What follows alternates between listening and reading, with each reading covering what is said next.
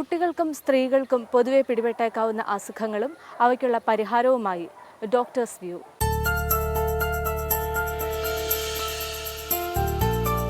ഇന്നിപ്പോൾ താക്കോൽ പഴുത് ശസ്ത്രക്രിയയെക്കുറിച്ചാണ് ഞാൻ പറയാൻ പോകുന്നത്. എന്താണ് ഈ താക്കോൽ പഴുത് ശസ്ത്രക്രിയ?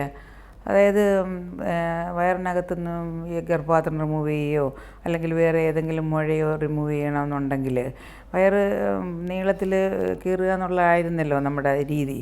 ഇപ്പോൾ അത് ഒരു 80% വയറ് ഓപ്പറേഷൻ ചെയ്യാതെ തന്നെ ചെറിയ ചെറിയ സുഷിരങ്ങളിൽ കൂടി ഇൻസ്ട്രുമെൻറ്റ്സ് അകത്ത് കടത്തി കാർബൺ ഡൈ ഓക്സൈഡ് നിറച്ച് വയറ് വലുതാക്കി വയറിനകത്തെ നമ്മൾ കാണുന്നത് ഒരു സ്ക്രീനിലോട്ട് ട്രാൻസ്മിറ്റ് ചെയ്തിട്ട് ആ സ്ക്രീനിൽ നോക്കിയാണ് സർജൻ ഓപ്പറേറ്റ് ചെയ്യുന്നത്.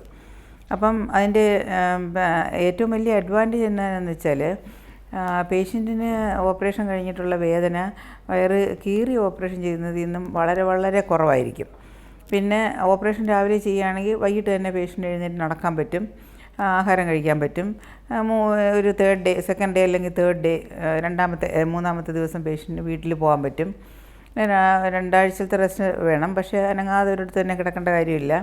ജോലിക്ക് പോകുന്നവർ ഒരു 6 ആഴ്ച കഴിഞ്ഞ് ജോലിക്ക് പോകാൻ പറ്റും. 6 ആഴ്ച വരെ റെസ്റ്റ് എന്ന് പറഞ്ഞാൽ അകത്ത് കരിയണമല്ലോ, പുറത്തെ കൊണ്ട് പെട്ടെന്ന് തന്നെ കരിയും. പല പേഷ്യൻസും യൂട്രസ് റിമൂവ് ചെയ്ത് കഴിഞ്ഞിട്ട് പറയുന്നത് എനിക്ക് അങ്ങനൊരു കാര്യം ചെയ്തതായിട്ട് ഓർമ്മ പോലും ഇല്ല, ഒട്ടും വേദനയില്ലായിരുന്നു, അങ്ങനെയാണ്. അതാണ് അതിൻ്റെ ഒരു വലിയ അഡ്വാൻറ്റേജ്. പിന്നെ എന്തൊക്കെ ഇതിനകത്ത് ഈ താക്കോൽ പഴുത് വഴി ചെയ്യാമെന്നുള്ളതാണ്. അതായത് ഈ ഗർഭപാത്രം റിമൂവ് ചെയ്യുന്നതിന് എത്ര വലിയ മുഴയായാൽ പോലും താക്കോൽ പഴുത് വഴി റിമൂവ് ചെയ്യാൻ പറ്റും. ഒന്നുകിൽ അത് പിന്നെ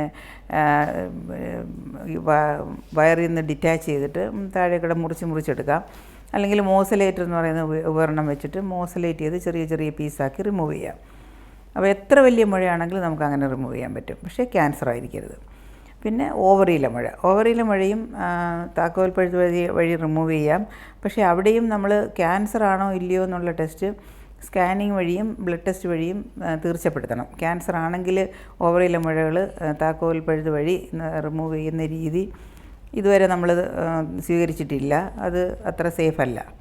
പിന്നെ വേറൊരു പ്രധാനപ്പെട്ടത് കാര്യം ഈ ട്യൂബൽ പ്രഗ്നൻസി എന്ന് പറയുമല്ലോ. സാധാരണ പ്രഗ്നൻസി യൂട്രസിനകത്ത് തന്നെയാണല്ലോ, ചിലപ്പോൾ പ്രഗ്നൻസി ട്യൂബിലായിരിക്കും, അതായത് അണ്ടവാഹിനി കുഴൽ. അപ്പോൾ അത് പൊട്ടിയാൽ വയറിനകത്തും ഭയങ്കരമായിട്ട് ബ്ലഡ് നിറഞ്ഞ് 2-3 ലിറ്റർ ബ്ലഡൊക്കെ നിറയുകയും പണ്ടൊക്കെ ഒരുപാട് പേര് അതുകൊണ്ട് മരിക്കുകയും ചെയ്തിട്ടുണ്ട്. ഇപ്പോൾ ആരും അങ്ങനെ അത് ട്യൂബൽ പ്രഗ്നൻസി കൊണ്ട് മരിക്കാറില്ല. കാര്യം എന്താണെന്ന് വെച്ചാൽ നമ്മൾ നേരത്തെ കണ്ടുപിടിക്കാം, സ്കാൻ വഴി അല്ലെങ്കിൽ ബ്ലഡ് ടെസ്റ്റ് വഴി, അല്ലെങ്കിൽ രണ്ടും കൂടെ കൂട്ടിയിട്ട് കണ്ടുപിടിക്കാൻ പറ്റും. കണ്ടുപിടിച്ചാൽ ഈ താക്കോൽ പഴുത് വഴി പിന്നെ 10 മിനിറ്റോ 15 മിനിറ്റോ കൊണ്ട് അത് റിമൂവ് ചെയ്യാൻ പറ്റും. എന്നിട്ട് പേഷ്യൻ്റ് പിറ്റേ ദിവസം തന്നെ വീട്ടിലും പോകാൻ പറ്റും. അപ്പോൾ അതാണ് വേറൊരു കാര്യം. പിന്നെ ഒരു പ്രധാനപ്പെട്ട കാര്യം, നമുക്ക് ഈ വന്ധ്യതയ്ക്കുള്ള സർജറികൾ വയറ് തുറന്ന് ചെയ്താൽ പിന്നെ വയറിനകത്ത് കൂടുതൽ ഒട്ടലും പറ്റലും ഒക്കെ വന്നിട്ട് പിന്നെ അതുകൊണ്ട് തന്നെ കുട്ടികളുണ്ടാവാതിരിക്കാം. അപ്പോൾ അതുകൊണ്ട് വന്ധ്യതയുള്ളവർക്ക് എൻഡോമെട്രിയോസിസ് എന്ന് പറയുന്നൊരു അസുഖമാണ് മെയിൻലി കാണുന്നത്. അതിനകത്തെ സർജറികൾ, അതായത് യൂട്രസും അണ്ടാശയവും അണ്ടവാഹിനിക്കുഴലും ഒക്കെ ഒട്ടിയിരിക്കുക, പിന്നെ അതിനകത്ത് ചോക്ലേറ്റ് സിസ്റ്റ് ഉണ്ടാകുക, ഇതെല്ലാം നമുക്ക് ഈ താക്കോൽ പഴുത് വഴി റിമൂവ് ചെയ്ത് നോർമലാക്കാൻ പറ്റും. 40 മുതൽ 60% വരെ ആൾക്കാർ ഇത് കഴിഞ്ഞ് പ്രഗ്നൻ്റ് ആവാറുമുണ്ട്. പിന്നെ പോളിസിസ്റ്റിക് ഓവേറിയൻ ഡിസീസ്, അതും ഇതുപോലെ ചികിത്സിക്കാൻ പറ്റും. പിന്നെ പെൽവിക് ഇൻഫെക്ഷൻ വന്നിട്ട് ഉള്ള ഒട്ടലുകൾ, അതെല്ലാം ചികിത്സിക്കാൻ പറ്റും. ഇതൊക്കെയാണ് നമ്മൾ സാധാരണ താക്കോൽ പഴുത് ശസ്ത്രക്രിയ വഴി ചെയ്യുന്നത്. ഈ കീഹോൾ അഥവാ ലാപ്രോസ്കോപ്പി വഴി യൂട്രസ് റിമൂവ് ചെയ്യാമെന്ന് നമ്മളൊരു സജഷൻ പറഞ്ഞാൽ, അല്ലെങ്കിൽ പേഷ്യൻറ്റിന് ഒരുപാട് സംശയങ്ങൾ വരാം. അപ്പോൾ അവർ ചോദിക്കുന്നത്, ഇത് ചൊവ്വേ കണ്ടല്ലല്ലോ ചെയ്യുന്നത്, അപ്പോൾ എന്തെങ്കിലുമൊക്കെ പ്രശ്നങ്ങൾ വരാമല്ലോ ചോദിക്കുന്നത് സാധാരണയാണ്.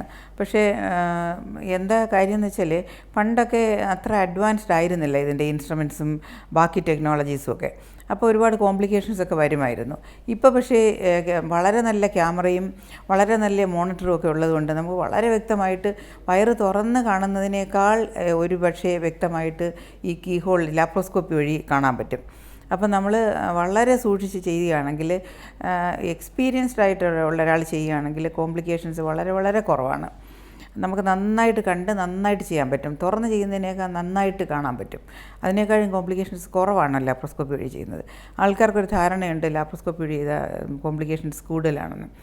അതായത് ഇപ്പോൾ ഈ ഹാർമോണിക് സ്കാൽപ്പൽ എന്നൊക്കെ പറഞ്ഞ ഇൻസ്ട്രുമെൻറ്റ്സ് കൊണ്ട് ചെയ്താൽ വേറെ കോംപ്ലിക്കേഷൻസ് ഒന്നും തന്നെ സാധാരണ വരാറില്ല. ഇനി ഈ ഗർഭപാത്രം റിമൂവ് ചെയ്യുന്ന ഏതൊക്കെ കണ്ടീഷനിലാണെന്നുള്ളതാണ് വേറൊരു കാര്യം. ഒന്ന്, പണ്ടൊക്കെ ഈ മെൻസസിന് കൂടുതൽ ബ്ലീഡിങ് വരുമ്പോൾ നമ്മൾ റിമൂവ് ചെയ്യുമായിരുന്നു. ഇപ്പോൾ പക്ഷേ അങ്ങനെ ഒരു കാര്യത്തിന് വേണ്ടി യൂട്രസ് റിമൂവ് ചെയ്യുന്നത് വളരെ ചുരുക്കമാണ്. കാര്യം എന്ന് വെച്ചാൽ അതിന് വളരെ ഇഫക്റ്റീവായിട്ടുള്ള മെഡിസിൻസ് ഉണ്ട്. ഇപ്പോൾ നമ്മൾ റിമൂവ് ചെയ്യുന്നത് മെയിൻലി ഈ ഫൈബ്രോയിഡ് എന്ന് പറയുന്ന ബിനൈൻ ട്യൂമർ വരുന്ന കണ്ടീഷനിലാണ്.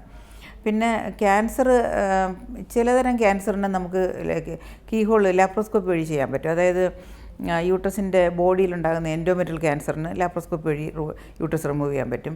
ഈവൻ യൂട്രസിൻ്റെ മുഖത്തുണ്ടാകുന്ന സർവൈക്കൽ ക്യാൻസറിനും ഏർലി സ്റ്റേജിൽ വന്നു കഴിഞ്ഞാൽ നമുക്ക് കീഹോൾ വഴി തന്നെ ശസ്ത്രക്രിയ ചെയ്യാൻ പറ്റും.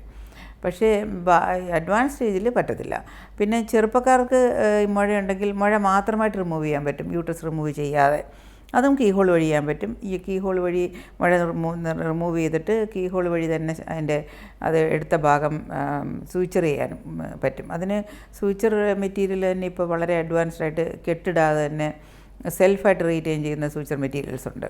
അതുകൊണ്ട് ആ മുഴകൾ റിമൂവ് ചെയ്ത് മുഴ മാറ്റി മുഴ അരിഞ്ഞ് പുറത്തൂടെ മോസലേറ്റ് ചെയ്തെടുത്തിട്ട് അതിൻ്റെ ബെഡ് തയ്ക്കാൻ പറ്റും. ഇതൊക്കെയാണ് യൂട്രസിനെ കുറിച്ചുള്ള സർജറിയിൽ ചെയ്യാൻ പറ്റുന്നത്. ചെറുപ്പക്കാർക്ക് മുഴ മാത്രം എടുക്കാൻ പറ്റും. പ്രായമായവർക്ക് യൂട്രസ് മൊത്തമായിട്ട് എടുക്കാൻ പറ്റും. അവരും മുഴ മാത്രം എടുത്താൽ മതിയെന്ന് റിക്വസ്റ്റ് ചെയ്യുകയാണെങ്കിൽ മുഴ മാത്രം എടുക്കാൻ പറ്റും.